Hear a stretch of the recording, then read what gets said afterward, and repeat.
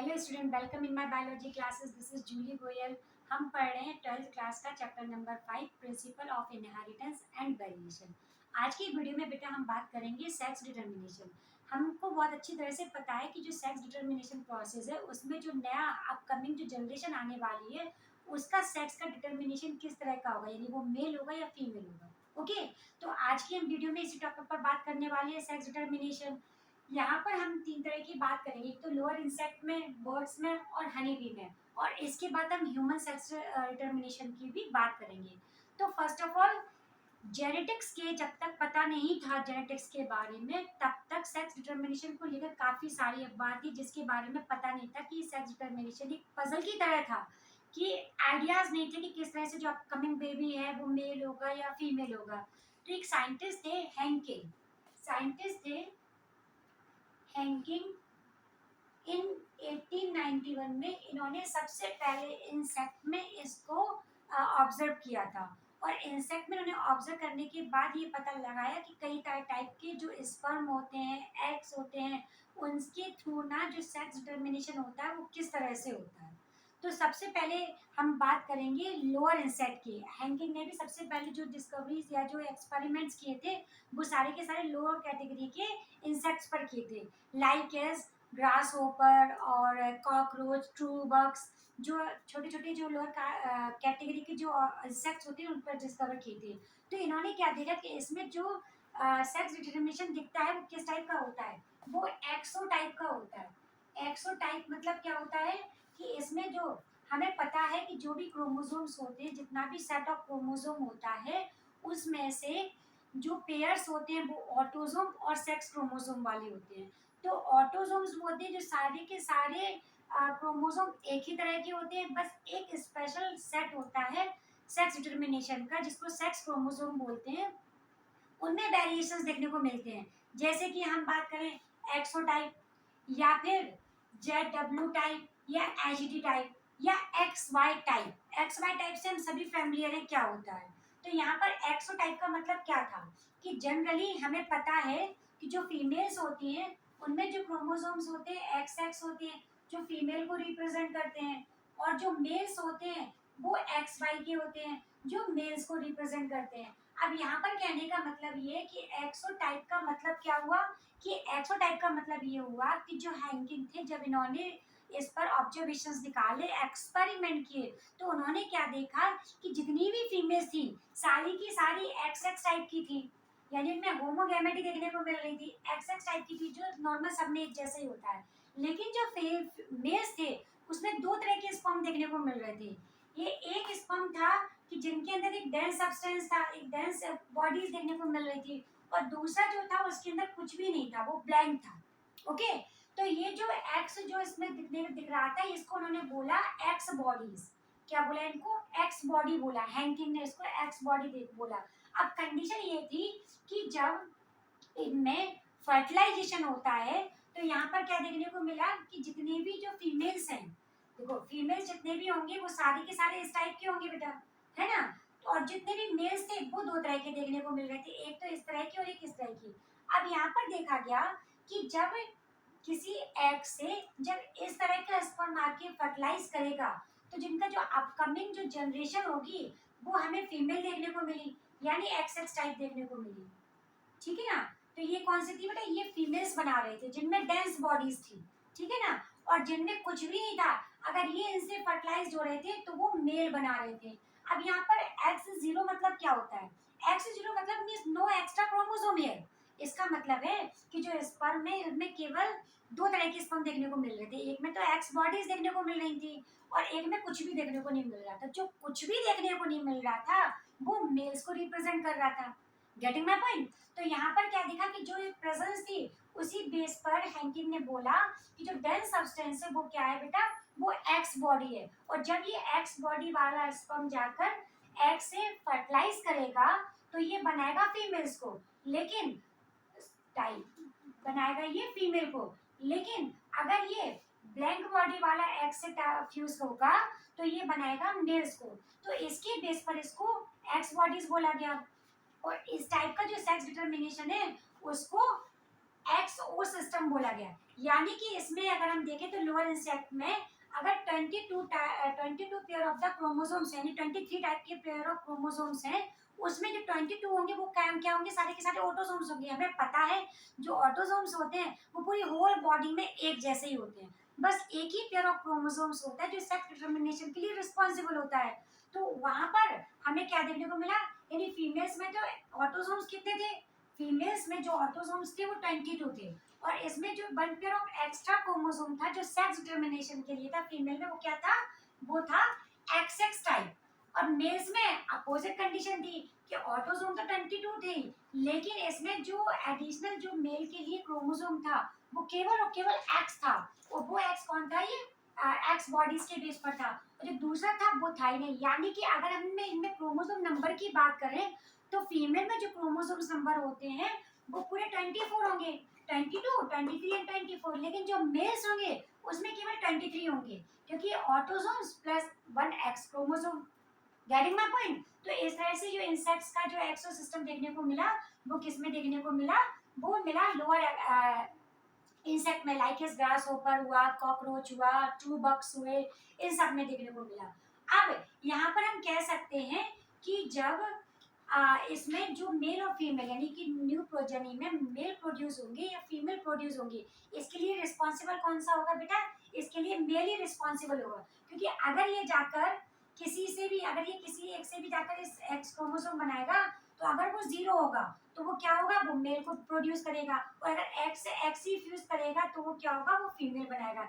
इसके बेस पर अगर हम बोलेंगे तो मेल में हमें क्या देखने को मिलती है, मेल में हमें देखने को मिलेगी हेट्रोगेमेटी। हेट्रोगेमेटी हेट्रोगेमेटी मींस मतलब कि दो तरह के क्रोमोसोम। अगर हम बात करें यहाँ पर एक्स को देखने को मिल रहा है तो दोनों होमोगेमेटी नहीं है, मतलब दोनों सेम नहीं है, एक अलग है, तो इसके बेस पर हम इसको बोलेंगे heterogamety is shown into the insect type of the sex determination, or we can say that exotype of the sex determination. Now next, अब हम सेकंड टर्म की बात करते हैं। सेकंड टर्म में जो हम देखने को मिलेगा वो हमें क्या देखने को मिलेगा, x W type of chromosome. X W type of the chromosome में क्या होगा कि इसमें हम बात करेंगे बर्ड्स की। अब देखो जनरली हम बोलते हैं, हमारे सोसाइटी में बोला जाता है कि जो अपकमिंग जो ऑफस्प्रिंग होगी वो मेल होगा या फीमेल होगा, तो इसके लिए रिस्पॉन्सिबल कौन होता है, उसमें मेल रिस्पॉन्सिबल होता है। लेकिन हम जो बर्ड्स हैं उनके केस में कह सकते हैं इसमें फीमेल रिस्पॉन्सिबल होती है। कैसे, क्योंकि अगर हम फीमेल्स में बर्ड्स में बात करें तो यहाँ पर जो हमें सिस्टम देखने को मिलता है वो ZW सिस्टम देखने को मिलता है। यहाँ पर हम XY से कंसिडर नहीं करेंगे, केवल W और Z से रिप्रेजेंट करेंगे। तो यहाँ पर जितनी भी फीमेल्स होती हैं उन सब में हमें ZW टाइप का सिस्टम देखने को मिलेगा, और जितने भी मेल्स होते हैं वो सारे के सारे हमें ZZ देखने को मिलेंगे। यानी इसका मतलब क्या हुआ कि 76 तो मेनली उनके पास क्रोमोसोम्स ऑटोसोम्स हैं, और इसमें one pair of the sex chromosome है, और जो one pair of the sex chromosome है वो क्या है, वो ZW टाइप का है, ZW टाइप का है। यानी कि यहाँ पर जो फीमेल्स हैं, यहाँ पर जो फीमेल्स देखने को मिल रही है वो हमें ZW देखने को मिल रही है, यानी यहाँ पर हमें हेट्रोगेमेटी शो हो रही है। तो ये क्या शो कर रहा है बेटा, हेट्रोगेमेटी, ये हेट्रोगेमेटी शो कर रहा है, जबकि जो मेल है वो होमोगेमेटी को शो कर रहा है। अब सिंपल सा लॉजिक है कि जब इनके बीच में क्रॉस होगा तो हमें क्या देखने को मिलेगा, ZZ और ZW देखने को मिलेगा, मिलेगा कि नहीं मिलेगा। तो यहाँ पर नंबर ऑफ द जो क्रोमोसोम है वो सेम ही रहते हैं मेल और फीमेल में। अगर यहाँ पर हमने बोला 76 है तो ये 70-80 रहेंगे, यानी मेल और फीमेल में इक्वल अमाउंट में क्रोमोसोम रहेगा। ओके, तो ये इसके बेस पर हो गया यहाँ पर। अब कंडीशन ये है कि अगर इन दोनों में से अगर ये जेड से वो फर्टिलाइज्ड होगा तो ये क्या बनाएगा, ये मेल बनाएगा। यानी कि यहाँ पर हमें होमोजाइगोटिक इसमें देखने को मिल रही है मेल में, यानी कि दोनों सेम ही है, दो जेड होंगे इसका मतलब है वो मेल को प्रोड्यूस कर रहे हैं, और अगर दोनों सेम नहीं है, एक जेड है और एक डब्ल्यू है, तो वो क्या देखने को मिल रहा है, यहाँ पर फीमेल देखने को मिल रहा है। और इस पॉइंट ऑफ व्यू से हम बिल्कुल ये कह सकते हैं कि यहाँ पर जो अपकमिंग जो ऑफ स्प्रिंग प्रोड्यूस होगी उसका रिस्पॉन्सिबल कौन होगा, फीमेल होगा, फीमेल होगी। ओके, तो इस तरह से ये होता है। अब थर्ड टाइप की हम बात करते हैं, HD system. So what do you mean by the HD system? HD system means haplodiploid type of system. Haplodiploid type system. H for haplo और diploid system, type system या system. It means that कि ऐसे organism जिनमें हमें haploid condition भी देखने को मिले और डिप्लॉइड कंडीशन भी देखने को मिले। इसका बेस्ट एग्जांपल है बेटा हनी बी। आपने हनी बी के बारे में जानते हो, मधुमक्खी के छत्ते सबने देखे हैं। आपको क्या ये पता है कि जो एक हाइव होता है, एक हनी बी कॉम्ब होता है, उसमें केवल एक सिंगल क्वीन होती है और जितने भी मेल्स होते हैं वो सारे के सारे ड्रोन्स कहलाते हैं और जितने भी फीमेल्स वर्कर्स होती हैं वो सारी की जितनी भी वर्कर्स होती है वो फीमेल्स होती हैं। तीन कैटेगरी होती है इसमें। लेवर of the part of the tree होता है कौन सा? क्वीन, वन क्वीन और ड्रोन्स एंड द वर्कर्स। जो क्वीन और जो वर्कर्स होती है वो फर्टिलाइज्ड और डिप्लॉयड फीमेल्स होती हैं और जो ड्रोन्स होते हैं यानी मेल होते हैं वो सारे के सारे हैप्लॉइड होते हैं। इसका मतलब क्या हुआ कि मेल्स जो होते हैं उनमें क्रोमोसोम्स नंबर जस्ट हाफ होते हैं, जबकि जो फीमेल्स होते हैं वो मेल्स के कंपैरिजन में डबल होते हैं। इसको हम कैसे समझ सकते हैं? एनसीईआरटी में दिया हुआ है कि जो हैप्लोडिप्लॉइड सिस्टम होता है वो हमें हनी बी में देखने को मिलता है। अब जो जितनी भी फीमेल्स होती हैं उनमें नंबर ऑफ क्रोमोसोम 32 होते हैं और जितने भी मेल्स होते हैं उनमें नंबर ऑफ क्रोमोसोम हाफ होते हैं, तो वो कितने हो गए? 16। अब जब मेल और फीमेल के बीच में जब फर्टिलाइजेशन होगा तो जितनी भी फीमेल्स हैं वो क्या करेंगी? वो मियोसिस के थ्रू गैमेट्स बनाएंगी और जितने भी गैमेट्स होंगे वो क्या बनाएंगे? 16 नंबर ऑफ द उनमें क्रोमोसोम्स होंगे। Getting my point? अब ये जो 16 नंबर क्रोमोसोम्स जो होंगे और जो मेल होते हैं उनमें भी 16 क्रोमोसोम्स होते हैं। जितने गैमेट्स में हमें देखने को मिल रहे हैं फीमेल्स के, उतने क्रोमोसोम केवल अकेले मेल्स में ही होंगे। और आपको पता होना चाहिए कि जो माइटोसिस की प्रोसेस होती है वो हमेशा और हमेशा, माइटोसिस हमें दोनों में देखने को मिलता है, क्या प्लांट में और एनिमल्स में। तो वहां पर जो हैप्लॉइड नंबर में जब भी जो भी सेल डिवीजन होगा हैप्लॉइड नंबर में वो हमेशा माइटोसिस होता है, वहां पर मियोसिस नहीं होता है। और जो डिप्लॉइड नंबर होती है उसमें हमेशा मियोसिस होता है। ठीक है, सेल डिवीजन में आपने पढ़ा होगा 11th क्लास में। इसके बारे में भी जब हम सेल डिवीजन की भी वीडियोस डालेंगे ना तो उसमें आप इसको अच्छे से पढ़ सकते हैं। तो यहाँ पर देखो मियोसिस में number of half number of the chromosomes हो जाती है तो ये 16 हो गए और जो माइटोसिस होते हैं उसमें सेम नंबर रहते हैं क्योंकि ये माइटोसिस होगा। जनरली पता है कि हैप्लॉइड तो वैसे ही हाफ हो गया, इससे ज्यादा हाफ नहीं हो सकता है ना। तो यहाँ पर देखो अब क्या होता है कि अगर हम हनी बी में बात करें तो हनी बी में जो फर्टिलाइजेशन होता है यानी कि जो मेल्स बनते हैं वो पार्थेनोजेनेसिस से बनते हैं। किससे बनते हैं बेटा? पार्थेनोजेनेसिस से। लास्ट वीडियो में भी हमने बात की थी पार्थेनोकार्पी और पार्थेनोजेनेसिस क्या होता है, ठीक है ना। तो हमने बोला था parthenogenesis is a process by which the egg directly convert into the embryo, बताया था। तो यहाँ पर बिल्कुल यही होता है कि जो हैप्लॉइड नंबर ऑफ द वो गैमीट्स होते हैं अगर उनमें मियोसिस होता है यानी कि जब मेल और फीमेल के साथ अगर ये मान लो ये जो इस तरह से अगर ये फर्टिलाइज करेंगे तो जब ये मेल और फीमेल के साथ फर्टिलाइज करेंगे तो ये क्या बनाएंगे? फीमेल्स बनाएंगे। और लेकिन जब ये फर्टिलाइज होंगे और ये डायरेक्टली जो मेल्स बनेंगे यानी कि जिनमें सीधी पार्थेनोकार्पी मिलेगी, इसमें कोई भी फर्टिलाइजर देखने को नहीं मिलेगा, तो इस टाइप के जो एग होंगे वो डायरेक्टली कन्वर्ट हो जाएंगे मेल्स में। अमेजिंग, कभी भी ऐसा नहीं सुना होगा ना कि बिना फर्टिलाइजेशन के मेल बन जाए। तो इस पॉइंट ऑफ व्यू से क्या देखने को मिलता है कि जो हनी बी में उसमें मेल्स के ना तो फादर होते हैं ना ही सन होते हैं, यानी मेल्स में ना तो उनके पापा होते हैं ना उनके बेटे होते हैं, लेकिन ग्रैंडफादर एंड ग्रैंडसन्स होते हैं यानी कि उसमें नाना होंगे और नाती नाती या पोता जो भी बोलते हैं वो होते हैं, ठीक है ना। तो यहाँ पर देखो ये समझ रहे ये एनसीईआरटी बिल्कुल क्लियर लिखा है, इसको हमने बोल रहे अपने मन से। तो वहां पर देखो जैसे कि यहाँ पर ये जो है कि वो मेल बना, अब मेल में मदर तो है, मेल में इसकी मदर तो है लेकिन इसमें फादर कहाँ है? क्योंकि इसमें फादर ने उसने फर्टिलाइज ही नहीं किया और जब फादर नहीं है तो इसका बेटा भी नहीं होगा। Getting my point? लेकिन जब ये मेल्स होंगे जब इसे फीमेल से फर्टिलाइज करेंगे तब जाके फीमेल्स ही बनाएगा, मेल्स तो बनाना नहीं है। तो इस पॉइंट ऑफ व्यू से हम कह सकते हैं कि ऐसे ऑर्गेनिज्म जिसमें हमें हैप्लॉइड और डिप्लॉइड दोनों टाइप के क्रोमोसोम देखने को मिलते हैं तो इस टाइप के सिस्टम को बोलते हैं diploid system. Okay, next thing is that अब हम बात करते हैं एक मिनट, अब हम बात करते हैं ह्यूमन सेक्स डिटर्मिनेशन की. Human sex determination 10th class में हमने ऑलरेडी पहले भी पढ़ा हुआ है कि सेक्स डिटर्मिनेशन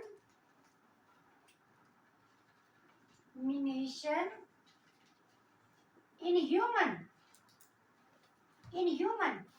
में क्या होता है हमें बहुत अच्छी तरह से पता होता है कि जो एक्स एक्स होता है वो रिप्रेजेंट करता है फीमेल्स को और जो एक्स वाई होता है वो रिप्रेजेंट करता है मेल को. क्योंकि इसमें दो डिफरेंट टाइप के क्रोमोसोम्स होते हैं इसलिए ये मेल जो होते हैं वो हेट्रोगेमेटी शो करते हैं. हेट्रोगेमेटी शो करते हैं. अब हमें ये बहुत अच्छी तरह से पता है कि जब इनके बीच में जब क्रॉस होगा तो इसमें जो अपकमिंग जो न्यूबल्स आएंगे वो मेल होंगे या फीमेल होंगे, ये डिसाइड कौन करेगा? मेल. कौन करेगा बेटा? मेल. तो यहाँ पर क्या होता है कि यहाँ पर 50% चांसेस होते हैं बेबी गर्ल के और 50% जो चांसेस होते हैं वो होते हैं बॉय गर्ल के in one generation. Getting my point?